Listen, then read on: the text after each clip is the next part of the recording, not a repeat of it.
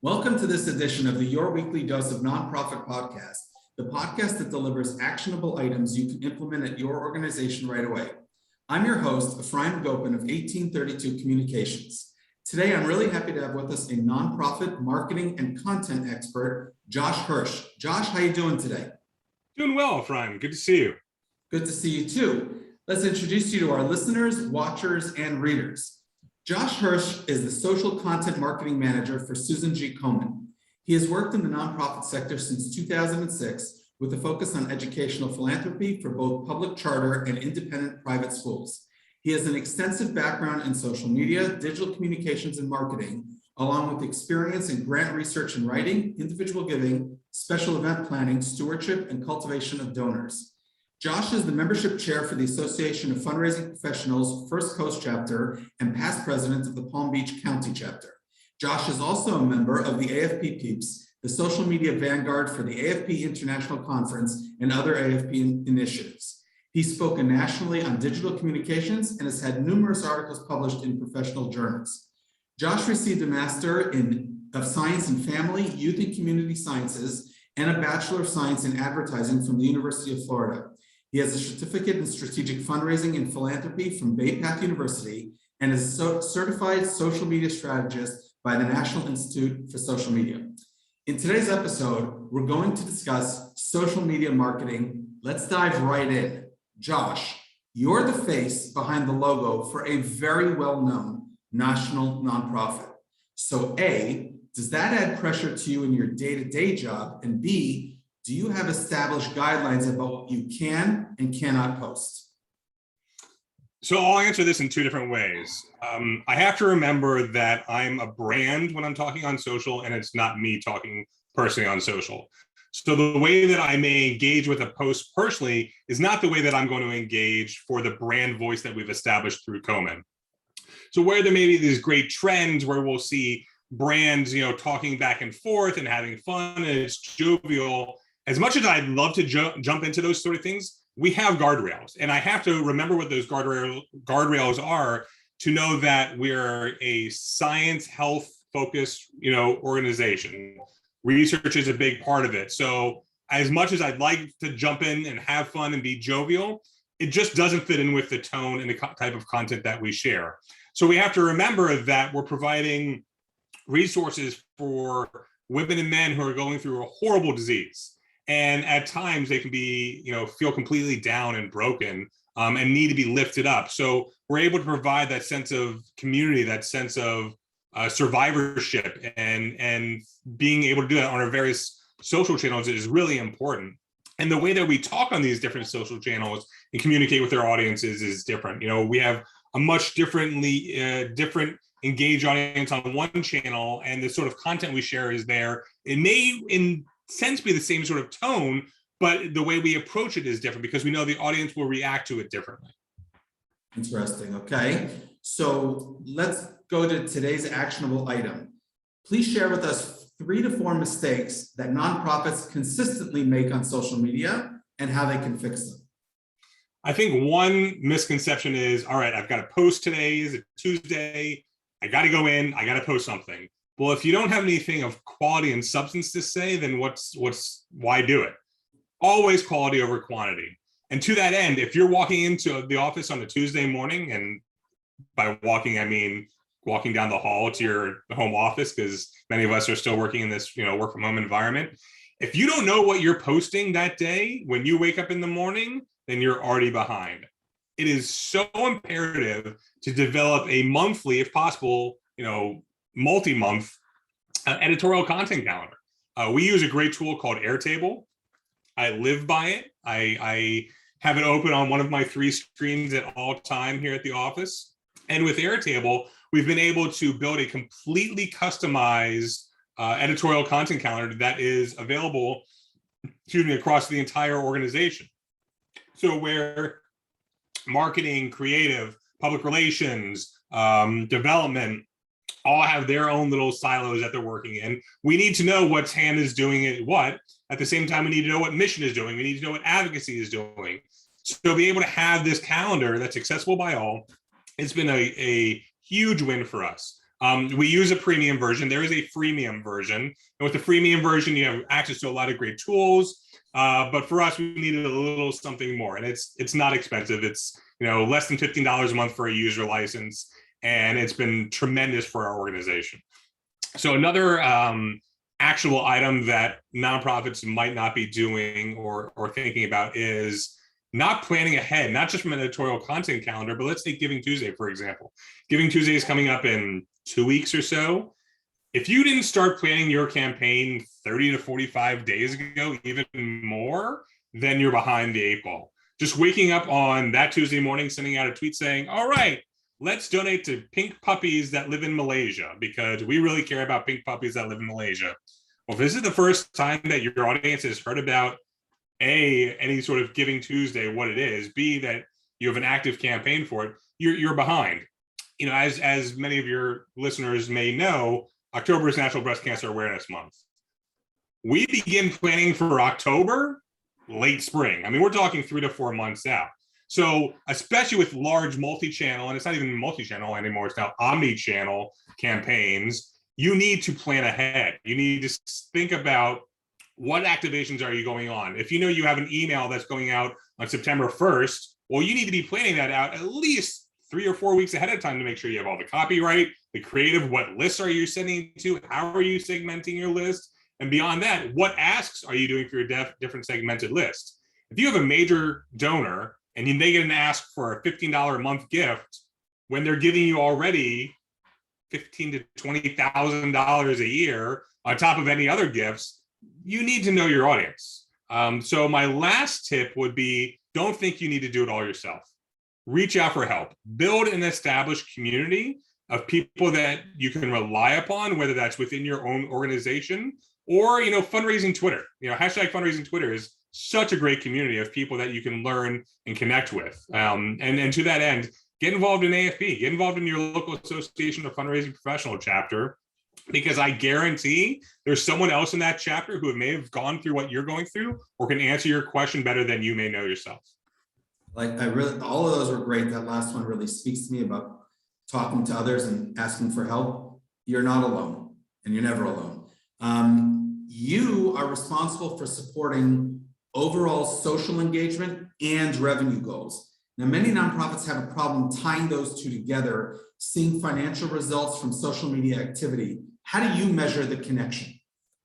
So we use, obviously, every organization needs to have analytics that they go by. So for us, the KPIs, key performance indicators we track from a social perspective, are not likes, they're not followers, because those are vanity KPIs. I don't care that you have 500 followers. I don't care if you have 5 million followers.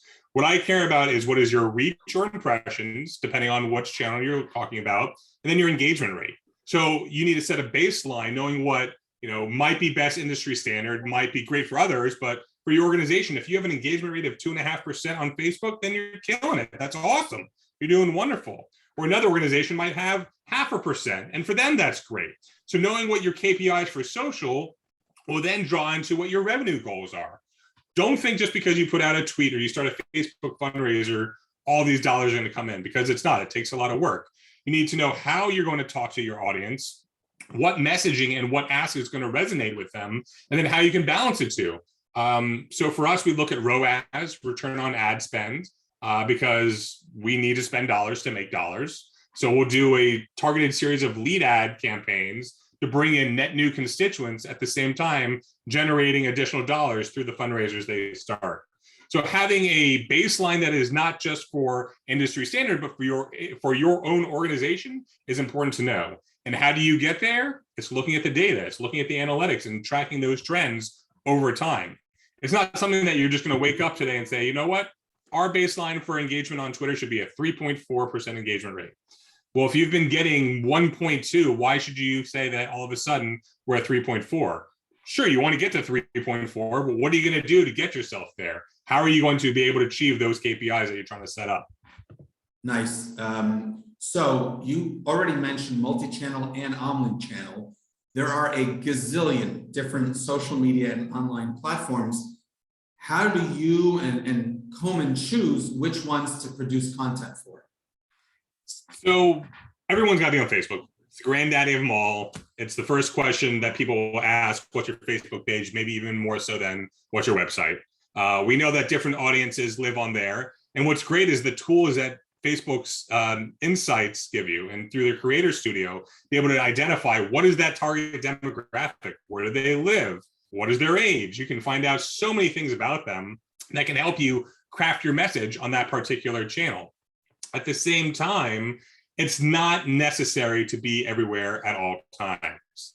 Just because there's a shiny red car driving by, it doesn't mean that you need to go to the dealership and buy a shiny red car. Because if you don't have the ability to drive that shiny red car, then why are you going to try to do it?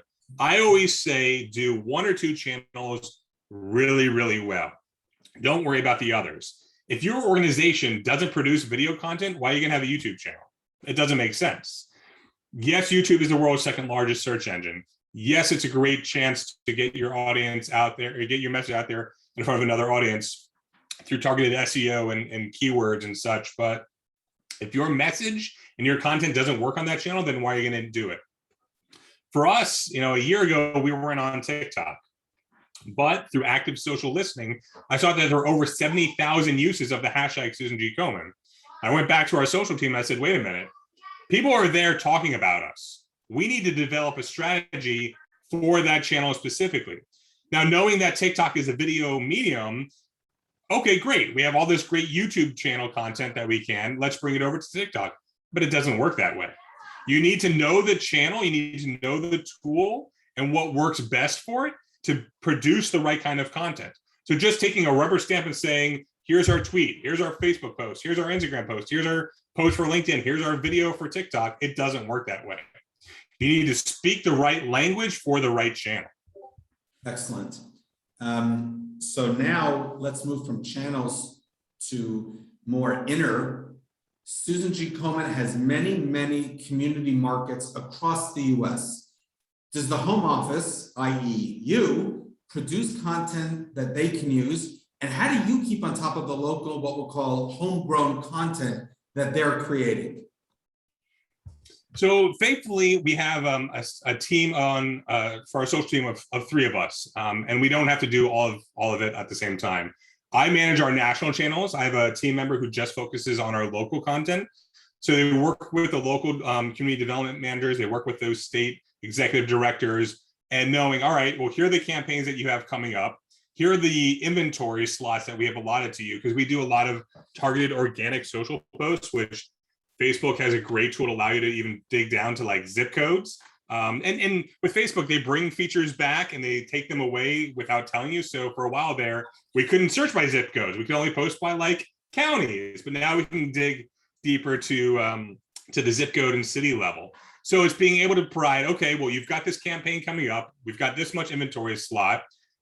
Get me your recommended post, 4 to 6 weeks out. And that way we'll make sure we get your content in front of the right audience. At the same time, we have to be reactionary. If there's the donor that's come and said, all right, well, I want to make a $100,000 gift, and this year the program is, I want to endow the chair for, awesome. Just because we've used up your inventory slot for that month doesn't mean that we want to share this fabulous news. So it's knowing what message and content is going to resonate with that audience at the right time. Fantastic. Okay, it's just as a follow-up question, how much of your daily is taken up by those by content from those community market centers across the country? So for my team member that focuses on local social, I would say a good half, if not more of our time is just spent focusing on that as well. It's nice. I'm not a content writer. I was never really good at writing. I'm good from like the analytics, the strategy, that sort of stuff. So that's kind of the lane that I live in. So I have another team member that focuses just on the content development. So that way I can look at how are we best going to deploy that through our various channels. We're a huge organization. Not everyone is so fortunate to have 3 people on their social team. Before I came here, I was always, small market, doing development, doing marketing, doing graphic design, doing IT, all at the same time, because a lot of nonprofit shops, that's just how it works. So here, I'm able to really just focus on my specific tasks and my specific lanes.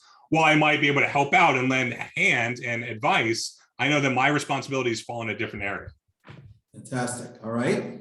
Let's move on to lightning round and learn more about you. What got you started on your nonprofit career path? I fell into it, as many did. I was working at a Jewish community center in West Palm Beach, Florida.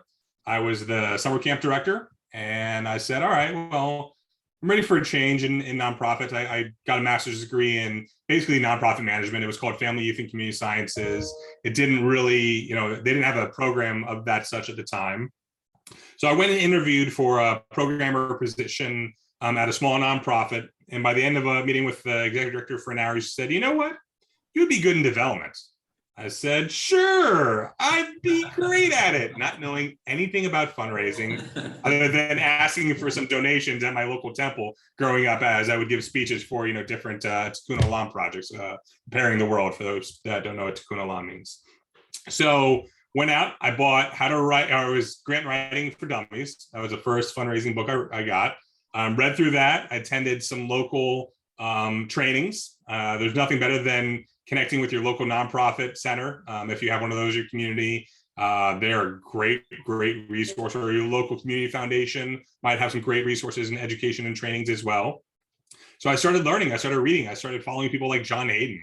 We all know John Hayden was at the early days of nonprofit marketing, and as I grew in my career, I learned about people like Julia Campbell, who's an expert at digital communications, and learning about all these people I can now call friends and reach out to them because I've met them through AFP, I've met them through fundraising Twitter, and now I have this giant network of experts all over the country, all over North America, all over the world. Efraim, you're normally in Israel. I mean, catching people all over the world that I can rely upon. So falling into this, continuing to push myself and learn, I'm able to say that, 15 plus years later, however long it's been, I love what I do, and I'm good at it. So I'm very fortunate. Awesome. So given those 15 plus years of experience, if you could shake up one thing in the nonprofit world, what would it be? So I'm very much into new fundraising, new digital fundraising, and have been on a big push recently for our organization to accept cryptocurrency as a form of donation. What we've seen, and we're close. I would say, there's a very small percentage of nonprofits that actually do accept cryptocurrency as a form of donations.